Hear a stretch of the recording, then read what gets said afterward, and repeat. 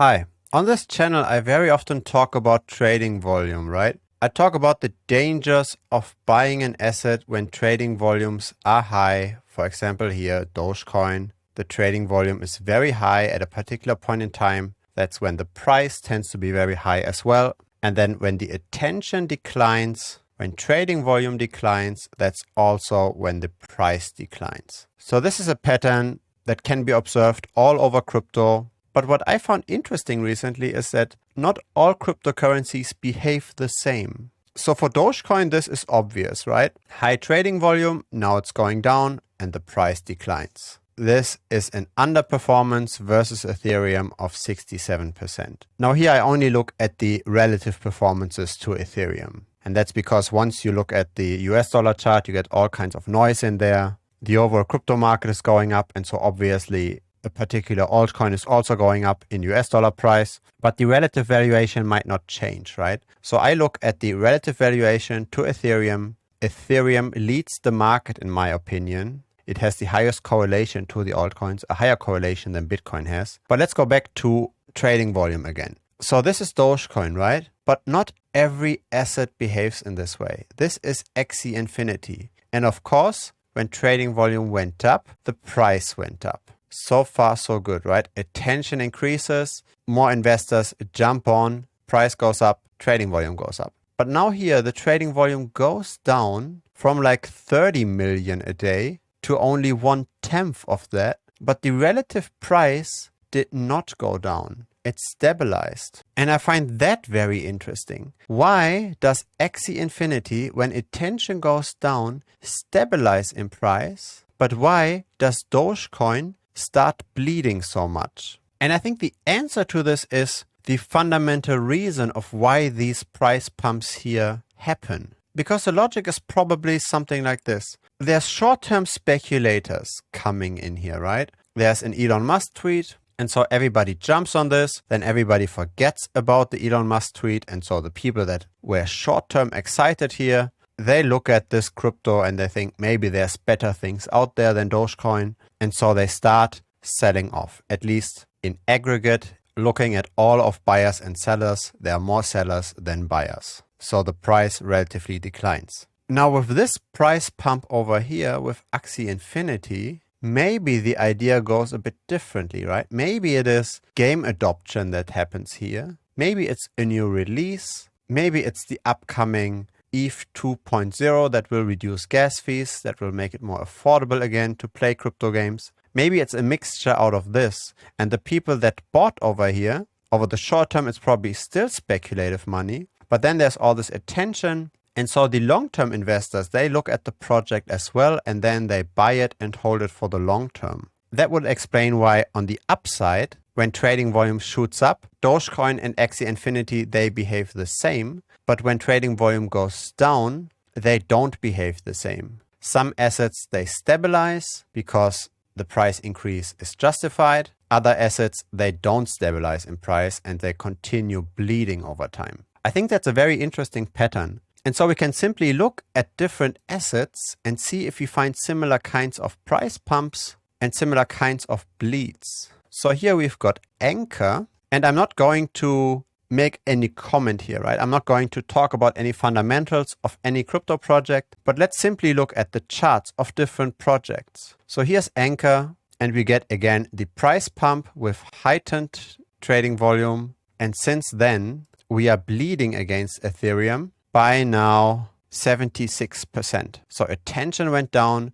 the price could not hold up. Now, depending on how you stand with this crypto project, you could see this as a chance, or you could look into the fundamentals even more and maybe have a deeper look on why people are selling. So if you're holding something like this over the long term, you need to have a fundamental thesis of why the market here is wrong and why you particularly are right. You should be better informed than the average market participant in order to make bets that go against the market. That's at least how I see it. Now let's look at a few more relative charts to Ethereum. Here we've got Chilliz, and Chilliz went down after the big pump, right? A lot of trading volume, then it went down by 77% and then consolidated. And I thought this is a good trading opportunity, but it turns out this floor over here could not hold for Chilliz. So it looks pretty dangerous to continue holding Chilliz right now. But again, this is just technical analysis. Let's look at CRV curve. No real spike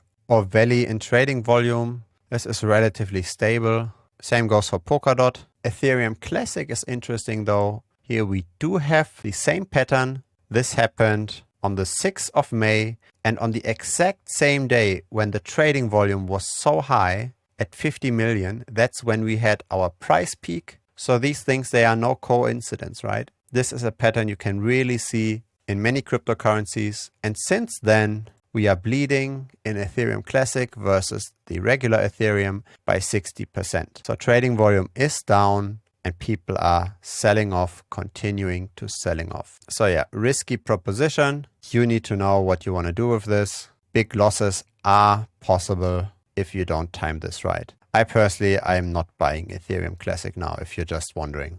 I think this is likely to underperform in the future, but of course I don't have a crystal ball either. Here we've got Filecoin underperforming recently again, but no real trading volume pattern. Now Holochain is very interesting. Ticker symbol HOT, bleeding all the time, and then an incredible trading volume increase, an incredible price pump, and so trading volume goes down, price goes down. This kind of reminds me of the Chilliz chart. We went down quite a bit, 80% in this case, and now it does look like we are sideways consolidating under low trading volume, but who knows if this can actually hold, right? For Chilliz, this was not the case. The same thing. High trading volume, we went down, we found a floor, but we couldn't hold it. HOLO doesn't look that different to me right now. It seems to be the same pattern, but who knows, right? If trading volume suddenly spikes up because of some kind of news, this might very well explode again.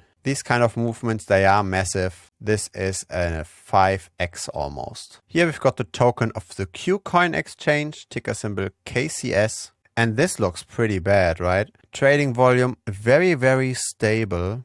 But during this very stable trading volume, attention did not decline, but the price versus Ethereum, it absolutely got hammered. 92% loss. And so then trading volume spiked, price spiked, another such spike in April and here in July again. But it looks like if we don't get these short-term pushes, whatever caused them, right? It might be price manipulation. If we don't get these pushes and trading volume is low, the price relative to Ethereum tends to decline. And that's obviously not a nice thing. So the way I would approach these coins is, if you're holding them right now and the price isn't declining as quickly, right? If you find some kind of stabilization and you have them now anyways, what I would probably do is simply wait until we see another pump, until we see the trading volume going up again, and then quickly exit. That's probably the right way to do this because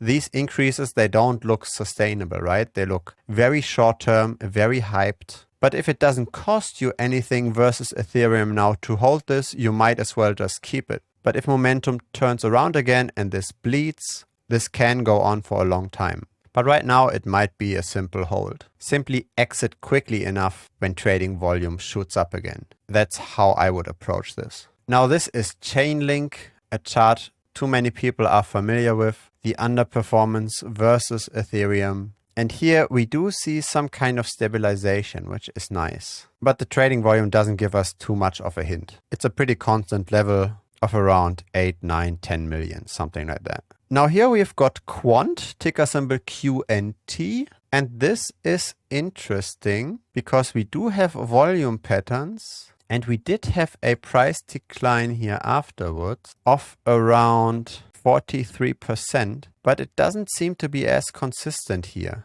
We also had our rallies and subsequent trading volume declines without the price declining. So this looks almost like Axie Infinity, right? Axie Infinity that went up in price with trading volume, then trading volume went down and the price stayed elevated. Quant doesn't look too different to me. The price went up, but it seems to have stabilized somewhat, even though attention now is low. So it seems to me that people that are buying Quant, they are really in it for the long term. it doesn't seem to be solely short-term speculation, at least in this September rally here. So I'd feel more comfortable buying Quant than buying Ethereum Classic. I mean, this might be a no-brainer to you, but this is interesting, right? Without even knowing any fundamentals of the projects, or at least without discussing them here, simply by looking at the charts, you can infer what kind of people buy this and what their potential holding durations are. And Ethereum Classic seems to be simply short-term driven, right? Hype driven. And then the people that bought the hype tend to sell. For Quant, that's not the case. Now here we've got RavenCoin, ticker symbol RVN, and that doesn't look too pretty, right? Long-term underperformance, pretty stable versus Ethereum. Then a very impressive pump by almost 10x that coincided with trading volume increase. But then trading volume went down and the price bled to the original levels. And the same goes here recently for the beginning of August. Again, a rally, 100%, high trading volume, and since then a bleed. So I'm simply describing charts here, right? I'm not commenting on fundamentals. This is, by the way, a token that tries to bring tokenization of external assets to the blockchain. So things like equity tokens. That's the idea of RavenCoin. But yeah, this seems to be a pretty hard battle, at least at the moment.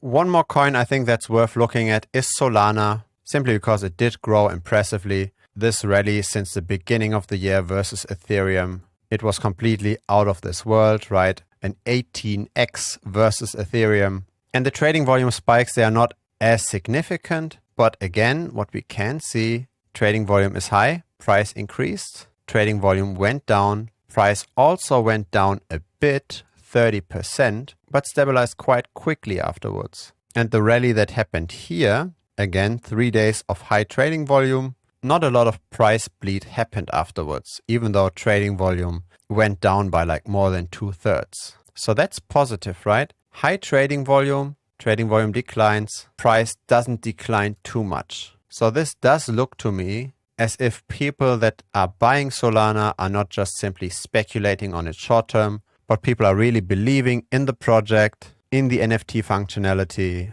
in the decentralized exchanges, in the scalability, the low transaction fees, you know the drill. So the buying that happens here during hype phases seem to be by people that want to hold it longer term. So again, this seems to be something that I think is better over the long term than simply those short-term Dogecoin bets. But having said that, if we do enter a crypto winter, as we did in 2018, where Bitcoin went down by more than 80%, if we do enter such a market environment, even fundamentally strong projects, such as Cardano at that time, they go down by more than 90%. So keep that in mind, right? Good fundamentals are one thing, and not selling off after a period of high attention, that's obviously a positive thing, but still it does make sense to manage your risk, to be aware that 90% losses are potentially on the cards for any cryptocurrency over the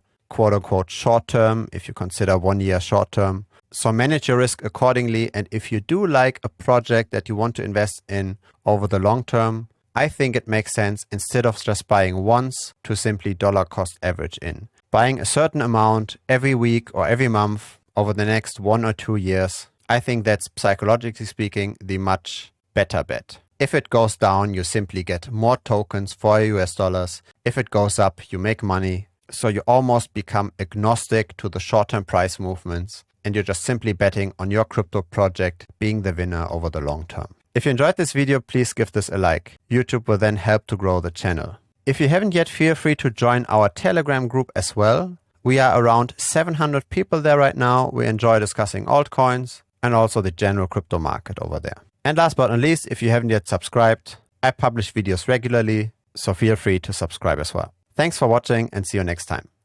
Bye bye.